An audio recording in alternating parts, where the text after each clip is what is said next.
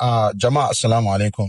Da Allah bari dan yi addressing wani dan issue kalilan wanda mutane da yawa kawai muna amfani da social media ne amma ba mu san me ake nufi da irin cyber bullying ko irin cyber crime ko irin wasu abubuwa da ya shafi abubuwan da suka danganci harkan social media ba.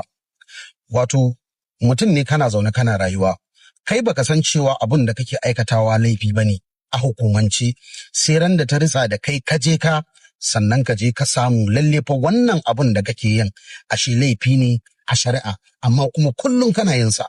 Akwai abubuwa da yawa da muke a cikin rayuwarmu wanda ba ma ganin su a matsayin laifi, amma kuma laifi ne a hukumance. Sai ka fada ciki zaka gane.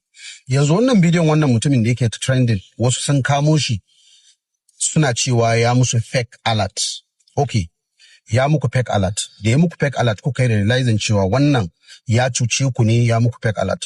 Ku ba hukuma bane. Ku babu wanda ya ba ma wani right na ɗaukan waya ka yi ma wani mutum bidiyo saboda ya cuce ka ko ya maka wani abu kai posting din shi a social media.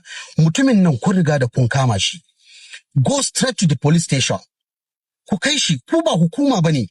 Amma mutane saboda maybe neman engagement, maybe neman followers, maybe neman comment, maybe neman a zage shi ko wani abu. Wannan rayuwar da kuke gani fa, na rantse da Allah kana zaunen ka ne baka sanya karshen ka zai kasance ba.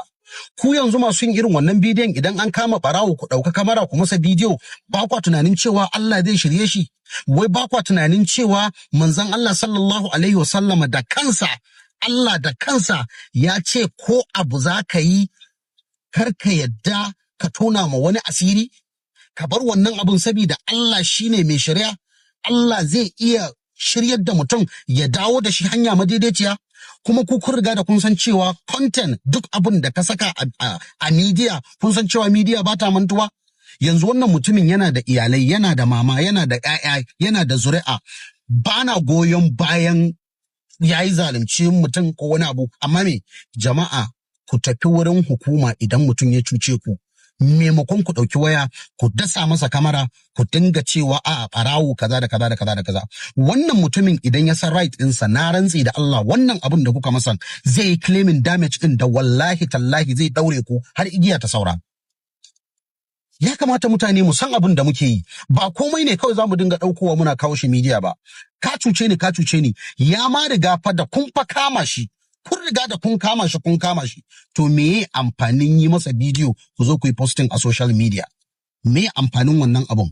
Shin wannan mutumin Allah ba zai iya shiryar da shi bane ya koma nagari? Shin wannan mutumin ba zai iya gyaruwa bane ya koma asalin mutumin da Ubangiji yake so? Shin wannan mutumin Allah ba zai iya masa gafara bane? Kun yi da Allah cewa wannan mutumin okay ba zai iya shiryuwa ko wani abu bane? Ko shirya a hannunku take?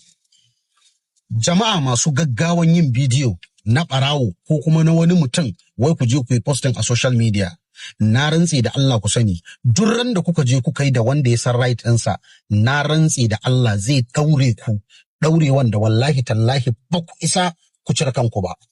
Ya kamata mutane mu yi hankali mu gane cewa ba komai ne kawai za mu yi gaggawan ɗaukan abu mu zo mu sa a bidiyo wai dan mutum ya yi sata ko mutum ya yi wani laifi ko wani abu ko ana dukansa ko wani abu ku zo ku ɗauka a media ba. Officially za ku dinga ganin polisawa suna irin interrogating mutane ko irin wannan questioning ɗin da waye, za ku dinga ganin su kyawa suna yi, 'yan katsinan nan suna yi, DSP waye, PPRO na ina duka suna yi officially. Ku ba hukuma bane. Ya kamata ku gane wannan, ku ba hukuma bane. Idan kunne ya ji jiki ya tsira. Allah Ubangiji ya shirye mu gabaki ɗaya, kuma duk da cewa son zuciyarmu ne yake jawo mana irin wayannan abubuwan, amma ya kamata a ce mu daina gaggawa gurin ɗaukan kamera muna dasa wa mutane saboda sun yi sata ko sun yi wani abu kawai mu zo mu yi posting a social media just to get engagement. Ya kamata mutane mu gane wannan. Dan Allah jama'a ku kiyaye irin wayannan abun. Wannan mutumin wallahi tallahi ya matukan bani tausayi.